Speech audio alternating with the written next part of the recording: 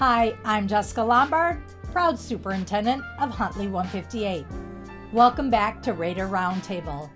This podcast is a space where we celebrate the people, the programs, positions, and partnerships that make our district such a special place to learn, grow, and thrive.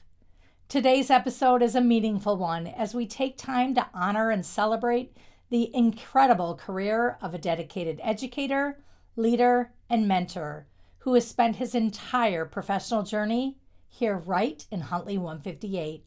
From his early days in the classroom to his impactful leadership as a principal, his commitment to our students, our staff, and our community has truly embodied our district's mission of all students always.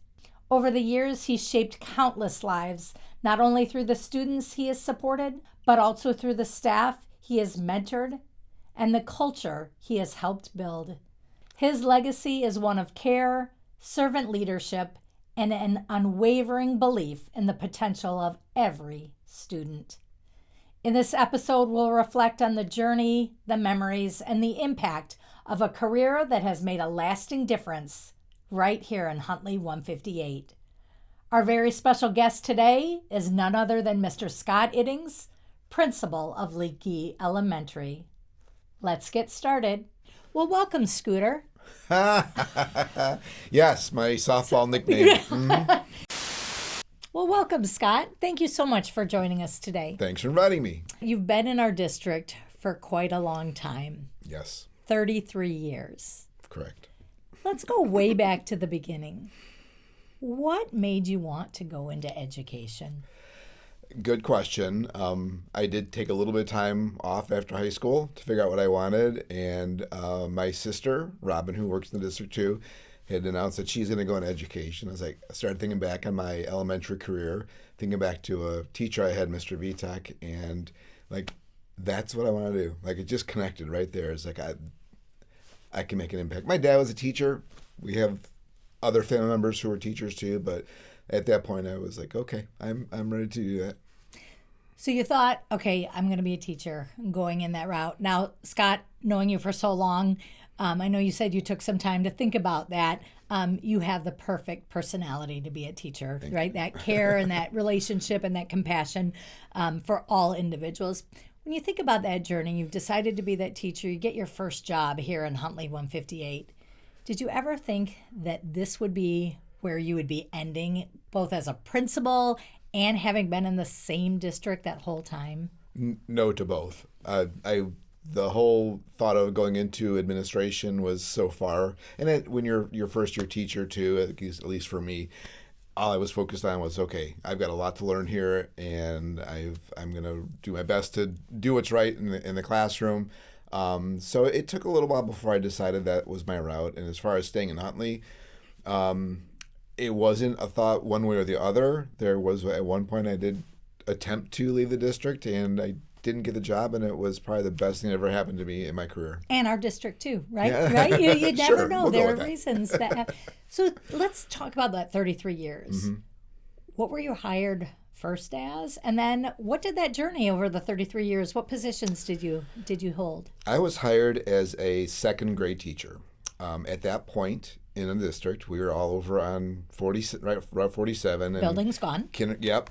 I was pre-K through 8th grade was in the north building. And I was hired as a second grade teacher. I thought I wanted to be a 6th grade teacher. And the person who hired me offered me that. And I was like, yeah, we'll do it. And the other two people were also new to the district. And so we were the 3 second grade teachers in the entire district on that year. So I was there for 1 year. And that same year, we started a multi-age program. And a couple teachers had started that. And then they wanted to build it up into 4th and 5th grade that following year. And I went to school in Kentucky at Murray State University, and they were into the multi-age non-graded stuff. So I had a background in that, and I was very interested. So started that program in my second year and did that program for 5 years. A few of those years I co-taught with a special education teacher, and then as we began to build, that wasn't as we weren't able to do that as much. So we continued that, and I did that for 5 years in the multi-age setting. Now, you said you were at North Building before. When you were doing this, maybe mobiles at some point in your career? Yes, so that second, third, and fourth year maybe were mobiles, or maybe it was 2 years of mobiles, then 2 years when the high school moved out, we moved over to the South Building, and I had 1 or 2 years over there as a fourth and fifth grade multi-age teacher. Mm-hmm. So you've seen a lot of the growth. You talk about Yes. 3 second grade teachers when you started. Mm-hmm. We are well into our double digits across Mm-hmm. the district of second grade classrooms when Yeah. we think about all 3 of our buildings. Let's fast forward a little bit.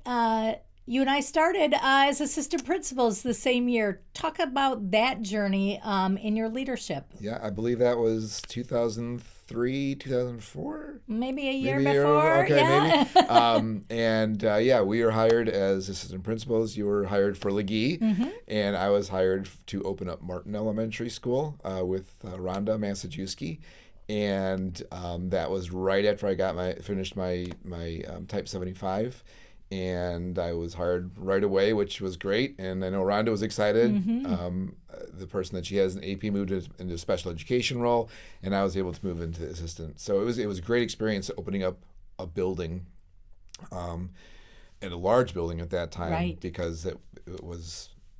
It was. I think it was over 1,000 students in the building at that time. I want to say our elementaries at that time were between 1,000, just under 1,200. Right. And Martin was one of the larger schools there too. Yes. Yep. That experience, you did that for 3 years, and that Yes. experience led you to your next venture. You got to open and help start Martin. Tell us As about you Huntley. are opening and starting McCabe, we got to do that together too, and that was something I had to be talked into. Rhonda Massachuski had really pushed me to go for that, and I'm grateful that she did.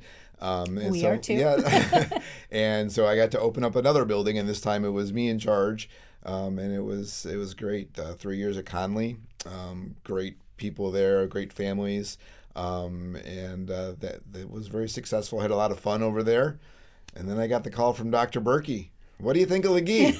Like as a parent or as a Right. And he asked me to move over to there to replace you Yes. at that time, because you were moving into the district office. And I was like, okay, well, I have some big shoes to fill, but I will do that. And 18 years later, here I am. And now there's some really big shoes to fill as you decide to move on from that chapter and go on into the next chapter. Well, we'll get there in a little bit. But 18 years in one building is a long time. Yeah. And I think that's when I reflect on your career, starting at the second grade and then where you're going now, you've impacted so many thousands of students, hundreds of staff members that you have worked with over the years. You've now probably had some students, their own children, you taught now, and as an administrator, so you've kind of seen things. Several. Yeah. You've talked a couple times about Rhonda Massachuski. She was a mentor to you. Were there other staff members? We make connections and relationships with everyone, but were there any other people, both inside or outside, that really impacted that educator or that leader that you've become? Yeah. I mean, first and foremost, my parents. They are my bedrock, right? My dad was a teacher. My mom stayed at home, and they built all of us with a good work ethic, a good family ethic, and I think that a lot of that is stuff that naturally comes into education. A lot of careers, but education is especially. So it starts with them. I had a pastor that I had in my entire childhood into high school and out of high school that was just very influential in who I was as a person. And after that, when I got into education, obviously Rhonda was a big influence on me. I saw her move into a principalship. We became friends. We became colleagues. and just hearing how she works with students, how she treats faculty, how she talks to parents, works with parents, and builds those relationships. That was a big piece of who I became. And then other leaders I worked with, Dr. Berkey and Dr. Rowe were both really important in my career. They both super supportive. They could talk to me about what was going well, what we needed to work on, and I was always open to that. And then the ability to finish my career with you as my superintendent has been the icing on the cake, just because of our friendship and just working together. We know each other real well, and just hearing how you lead and watching you work with staff and being that trusting person. That's so important, that when we build those levels of trust with the people around us, it makes everything else easier and better. Oh, thank you. I hope you know that everything that you just talked about is in you, and it's the impact that you've had not only as an educator or leader, but just as an individual has truly impacted so many people, including myself. Thank you.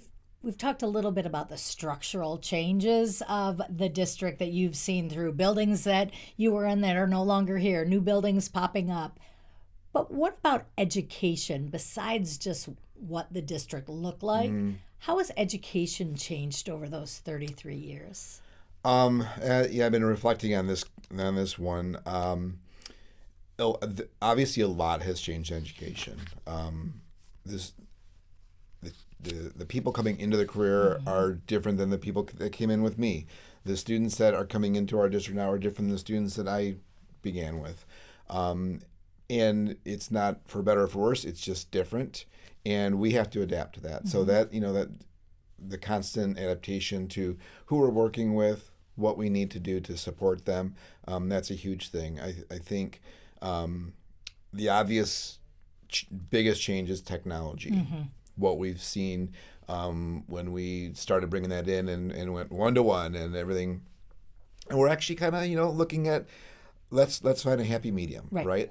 We know that it can be a great tool, but it can also be something that we become too dependent on, and students can become very dependent on. And I'm so glad we're looking at that now and saying let's take a look at what we actually need these devices for. They can be super helpful, but we don't need them all the time. Right. It's what you said, that balance. What is it in moderation? When do you use it versus, and that changes depending on the student's age or the adult as well, right? How do we to utilize those things? Because there are a lot more things that we're learning about screen time and how that impacts engagement and behavior and all of those things. Yes. So you've really seen, and we're on the cusp of, right, all of this AI, and you're kind of gonna step out of education as that big shift comes. But when you come back and you sub, I'm sure you're going to see that in the classrooms and the buildings. So, well, you don't have to answer that part, but you know that you always have a home here, Mr. Iddings.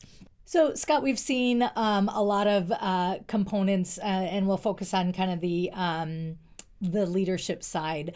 I've seen you dress in silly costumes, whether it's for Halloween or the art show. You participate in concerts, whatever staff ask of you to partake, you do it with a smile on your face and so willingly to do those pieces to support them, but also to connect with the students and the families.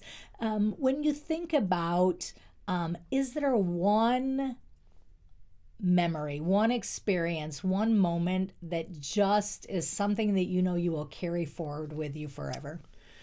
Yeah, it's hard to pick one. And I always go back to the performances. I went through high school as a person in theater and music, so that's always been a part of my heart. But I think when we were doing some of our second and fifth grade concerts over at the high school, which was great because we had access to them and access to their technology and the lighting and the sound and everything. And we did one for musicals. And I got to do the opening announcements, but I did it as the Phantom from Phantom of the Opera, and I got to sing the announcements basically to Music of the Night. And it was such a great experience.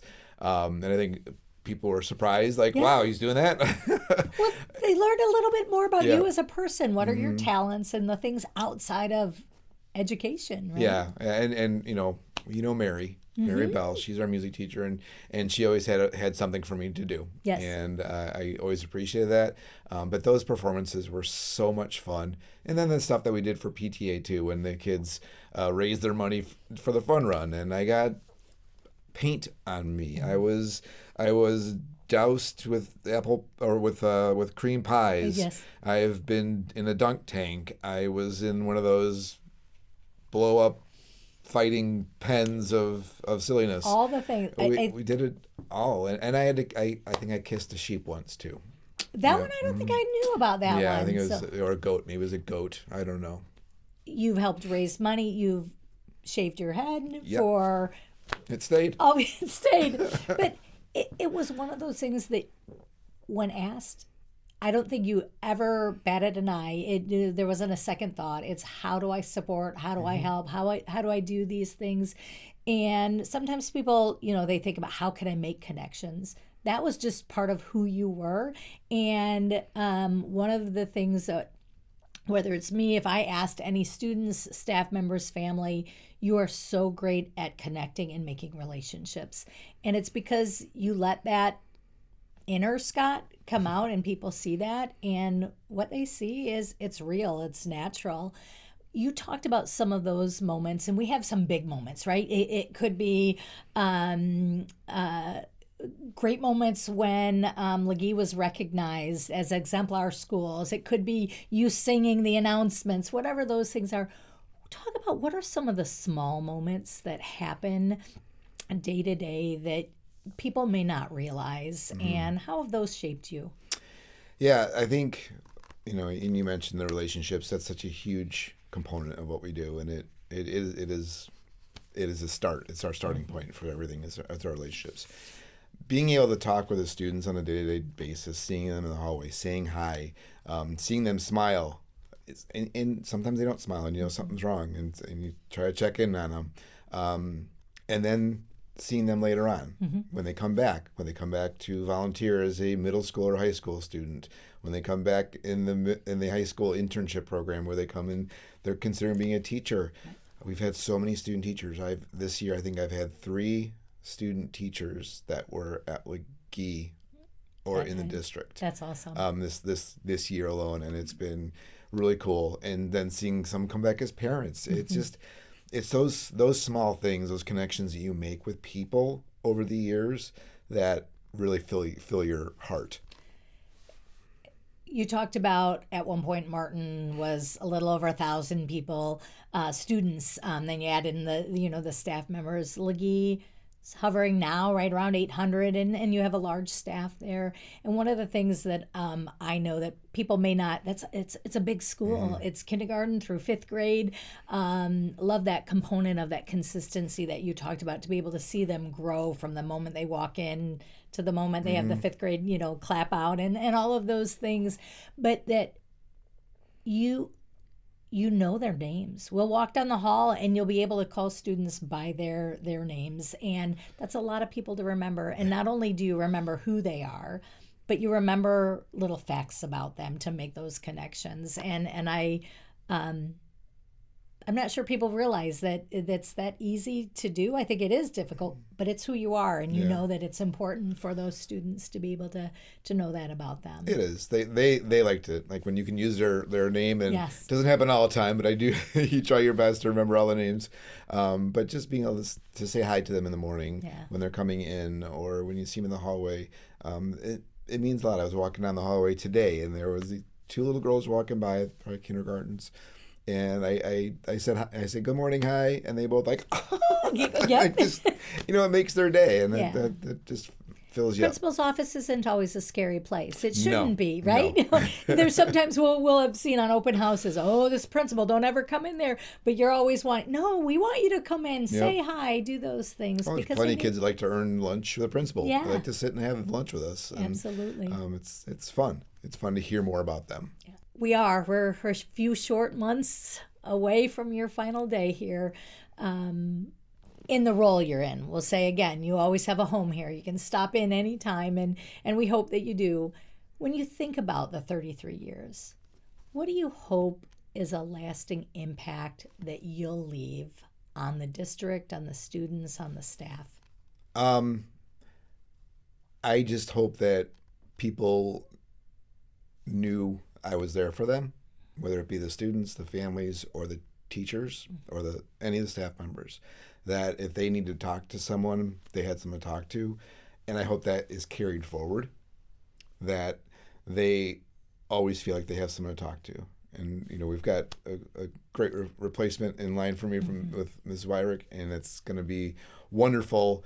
And I know she'll do the same, but having that trust and knowing that not only is it me, but it's the people around them. It's the people in our district that believe in everyone, and we want to trust each other. So, absolutely. Scott, what advice do you have for people starting out their career, wanting to go in?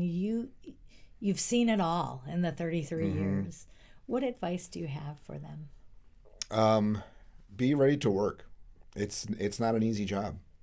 It's lots of hours, but if you are believing in yourself and you believe in the people around you and you believe in your students, it can be the most rewarding job you could ever have, because you have the unique perspective to see a student walk into your classroom on that first day and quickly discover what they need, and then see them leave on that last day, and then see how they grew. And you can always see that in every student that comes through your doors. You can see the growth. Some just those couple steps they needed to take off, and some that were ready to take off from the beginning. So it's just unique, because you don't get that from a lot of other jobs. Absolutely. And there are difficult days, but there are so many rewarding days. And to see that as you come to the end of the year, or if you are that second grade teacher, you're able to see before they leave fifth grade, you see over the years, and that each one of our staff members has a true profound impact on our kiddos. You've learned a lot over the years. What lesson or lessons do you carry with you as you go on to graduate? We won't call it retire. Graduate. I think just knowing that you can believe in people. We're in interesting times right now, but I think it's really important that we relearn how to trust people around us. It's an art that we need to rediscover, and that comes with talking and understanding and taking people's perspectives and just trying your best to understand where they're coming from. And I think you do that every day in a classroom. The students come into your classroom, and you don't know how their morning was. You don't know what they have to look forward to later on. And you want to make sure that you're paying attention to that, so you can help them through their day, just like you're going to help your colleagues through their week, or your family through their lives. It's just, those are unique things you learn as an educator. What will you miss the most? Relationships. Yeah, with everyone, with the students, the families, the staff members, my more immediate colleagues. I've been so lucky to have the assistant principals I've had. They've been just wonderful. And the coordinators I worked with, and people from the district office. I will miss all those relationships, because they offered me so much as an educator, but as a friend too. You learn something from every person that you encounter. But it's time. Yeah. What does that next chapter look like for you? Well, I have a lot of projects around the house. You got a list? I have a list. I walk through my house, I'm like, that's going to get addressed in July. I want to take opportunities to volunteer. I haven't had a lot of those, and I'm pretty passionate about food and hunger, and that's something I really want to try to get involved in. My church is very involved in that too. So I've got some avenues to work through there. After that, I might do some sort of job where I'm not in charge of anything. Just tell me what to do. I'll be happy. But recently you've received another title. Yes. That title of grandfather. Yep. Yep. So they're way out east. So I won't have as much time as I like, but it's going to be great because it was suggested to us that maybe I fly out there, pick up little Everett, and bring him home with me for a while. Okay. So I can watch him and Jody can have her time with him, and then bring him back. So I might have a lot of airline. We'll see some time. of those, some miles. But miles yes, will be that's been it's just an amazing gift being a grandparent. So lots of joy there. If you had one final thing that you'd like to say to the community, to the staff here in Huntley, what would that be? We've touched on it a few times. It's all about trust and relationships. All right. We have amazing families in our school district. And I'm not saying that lightly. We have amazing families that are so supportive and will do just about anything to support our schools and our staff and their children. We have amazing people in our school district. We have gifted teachers and gifted paraprofessionals and gifted people just throughout our district. We just have people who care. And then you go up into the district office, into the building leadership. We have people who are so passionate about what they're doing. They care so much. They will dig into whatever they need to dig into to help build success. So it starts with relationships. Those relationships build that bedrock, those foundational bedrocks, and that just leads to success. It starts with trust and relationships. Start there, and everything else is going to go as it should. In one word. One word, how would you sum up your experience here in Huntley 158? Love. Beautiful. Scott, I so much appreciate you joining us on this episode. It's a little different type of an episode for us, but one that we thought was extremely important to honor your career, the profound impact that you've had here on the district, on each of us, on everybody that you've encountered. You talked about big shoes to fill earlier in different roles. And when you leave, there will be a hole. And it's a hole that will be replaced with other individuals. And there are times that people have to move on and others will come in. But I want you to know that Huntley 158 is a better place because you've been in it. And while we have replacements, they're always going to be different. Leggee is left in great hands.